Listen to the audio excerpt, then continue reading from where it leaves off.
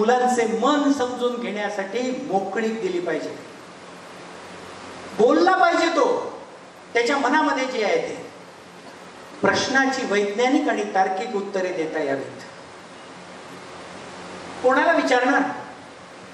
मी पुन्हा थोडासा sensitive matter सांगणार आहे. अग्रवाल सर पेडियाट्रिशियन या ठिकाणी उपस्थित आहेत, ते देखील अनेक वेळा सांगतात. माझा मुलगा, माझी उदाहरण सांगतो मी, माझा मुलगा जेव्हा 9व्या वर्गामध्ये गेला तेव्हा माझ्या पत्नीने मला सांगितलं की तुम्ही त्याच्याशी बोला, त्याला काहीतरी बोलायचं असेल.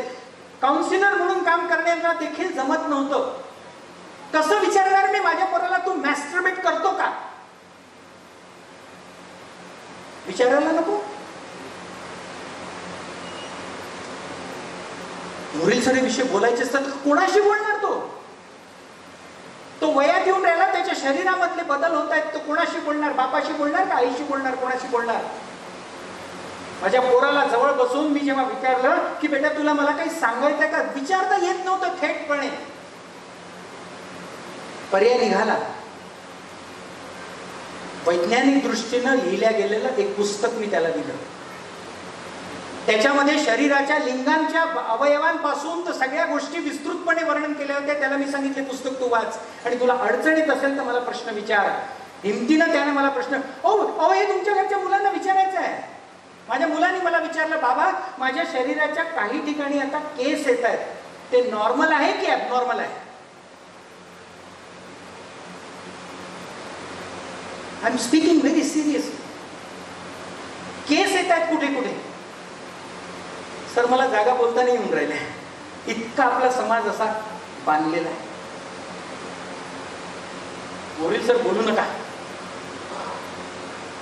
याच्या पुढे बोलू नका. अशाच एका व्याख्यानामध्ये एक मॅडम उभ्या झाल्या. काय बोलताय म्हणे, एकदम असं बोलायचं नसतं. म्हटलं तुम्हाला ऐकवत नाहीये, मी बोलतो ते, तुमच्या पोराला बोलायचंय, तुमचे कान तयार नाही.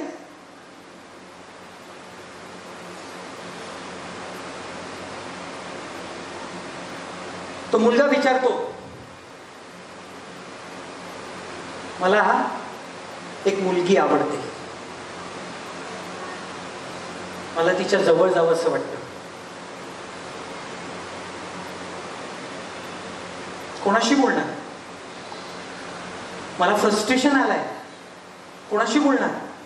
मला भीती वाटते, कोणाशी बोलणार? आहे का स्पेस आपण तयार केलेली सकारात्मक संवादाची आणि वैज्ञानिक आणि तार्किक उत्तर आहेत का आपल्याला माहिती? त्यांना कशी उत्तर द्यायची?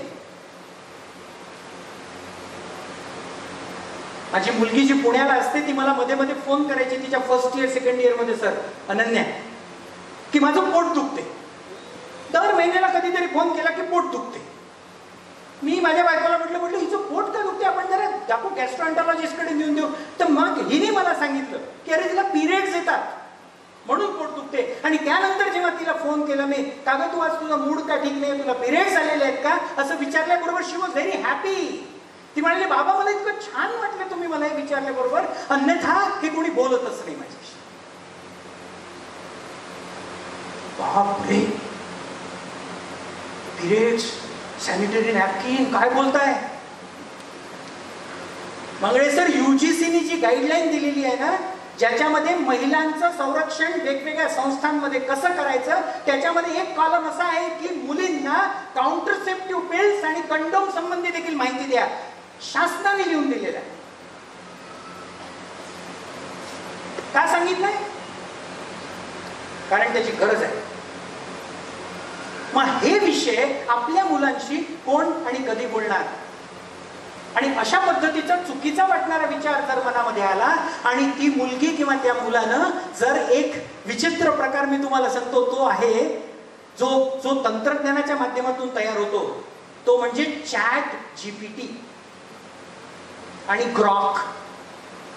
माहिती आहे?